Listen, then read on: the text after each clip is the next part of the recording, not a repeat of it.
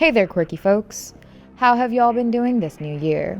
I hope you're doing well and looking at the future with positivity. Well, Marvel is certainly positive about their future. Hawkeye was the last project to end before holidays, and it sets up shows like Echo and the Young Avengers. And before that, it was Spider-Man No Way Home, which had all sorts of crazy setups for the upcoming movies and TV shows. Before the film, we presumed that we'll be getting a setup for MCU's Fantastic Four movie. The last two Spider-Man movies included references to the Avengers Tower. So, it was believed that Reed Richards would be revealed as the new owner of the tower. It was possible, because Jon Watts, the director of the Homecoming trilogy, is now directing the Fantastic Four movie. So, we could have got a tease, but we didn't. Yet, there were at least 10 other projects that were set up in No Way Home, if not more. I'm gonna issue a spoiler warning for those who still haven't seen it. So go watch it and come back. And for those who have, here, watch our intro.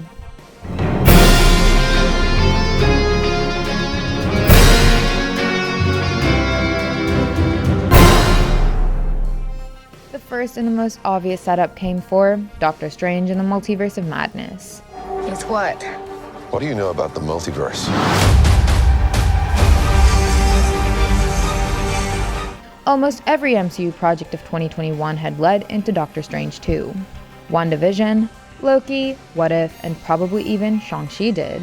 But Spider-Man No Way Home had also done it in a big way. Strange's botched spell brought multiversal characters into the MCU for the first time. And even though he sent them all back successfully, there was a point when the MCU was going to fill up with millions of people from the multiverse who all knew about Spider-Man's identity. That, I would say, was a warning for what's coming. 2 of No Way Home's spells will certainly have consequences upon Doctor Strange too. It will be interesting to see how exactly the Spider-Man movie would contribute to the Multiverse of Madness. But it's needless to say that it will happen. Up next, we've got Thor Love and Thunder. Many eagle-eyed fans picked up a news headline that gave us a plot point for Thor 4. During one of the early news broadcasts about Peter Parker's identity reveal, a news ticker banner at the bottom read, "Political turmoil in New Asgard." So, it seems that things haven't been fine at New Asgard ever since King Thor left it under Valkyrie's leadership. The changes she was going to make there must not have gone well with the citizens. Rest, we will get to see the full extent of the situation when Thor 4 arrives later this year. We also got a possible lead into Black Panther: Wakanda Forever. No Way Home ended up sending Flash Thompson, Ned, and MJ to MIT. And guess who else is going to MIT? It's Riri Williams. Before appearing in her Ironheart series, she'd make her MCU debut through Black Panther 2. Set photos have confirmed that she'd meet Shuri over there. So, we might even see someone like MJ or Ned pop up in one of those MIT scenes. After this, we also got our setup for She-Hulk or Daredevil. Matt Murdock showed up and did 3 things. First, he freed Peter from the murderous allegations. Then, he caught a brick and totally made us scream while sitting in the theaters. So now, he is set to appear in the next few projects of the MCU. Since he is a really good lawyer, we could end up seeing him in the She-Hulk before he shows up in his Daredevil series, or in Disney Plus's Echo. I'm Jennifer Walters. I'm a normal lawyer. Well, not that normal. Besides these minor setups, we also got a direct lead into the next Spider-Man trilogy. The ending of No Way Home showed us how Peter was totally ready to start afresh in Spider-Man 4. We will explore his college years. He will take on a few bad guys and probably some old ones as well. There was a clear hint for the Venom symbiote to team up with Spider-Man, if not any other MCU character. And we've also got to believe that in his new trilogy, Spider-Man will be mentoring young Miles Morales.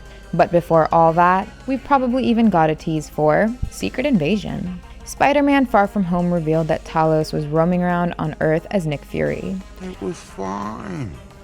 The little boy handled it. But Agent Cleary from Damage Control revealed that Nick Fury had been in space for a year. How is this common knowledge? How does a regular agent of DODC know about Fury's whereabouts? Well, it is possible that Agent Cleary was also a Skrull. That's why he knew. Perhaps we will get the payoff of this setup in the Secret Invasion series. Up next, we've got Morbius. Don't shoot! This is the only film in the entire list that didn't get a proper setup, or at least we don't know about it just yet. But still, we're sure that No Way Home would lead us into Morbius because Adrian Toomes is going to show up in that film. We still don't know how he'd end up in the Sony Pictures universe of Marvel characters, but it is happening nevertheless. And since Morbius comes out right after No Way Home, we can believe that it will have something to do with Strange's spell. The SPUMC setup that we do know about is for Venom 3. Thank you! Towards the end, Eddie Brock left the MCU right when he was about to give Spider-Man a visit. Well, now we believe that a Spider-Man will come up in his universe, and he will meet up with that web-slinger in Venom 3. It will be interesting to see how Venom will get to take on Spider-Man next, but along with Venom 3, did we also get a possible revival of The Amazing Spider-Man 3? As soon as No Way Home hit theaters, Revive The Amazing Spider-Man 3 began trending on social media. The movie proved that Andrew Garfield was a good Spider-Man who just got to feature in bad stories. But now, rumors have suggested that there are talks happening between Sony and Garfield. So maybe The Amazing Spider-Man 3 will happen, and No Way Home gave it a perfect opening. Tobey Maguire's Peter told him that he will soon find someone new. So, he could probably end up meeting Shailene Woodley's Mary Jane on his universe, or perhaps Felicity Jones' Black Cat. That would make The Amazing Spider-Man 3 an interesting story, don't you think? Also, we want to know how magic is real in this universe. So maybe The Amazing Spider-Man 3 could answer that too. Next, I'd like to suggest another possible setup for an Electro spinoff.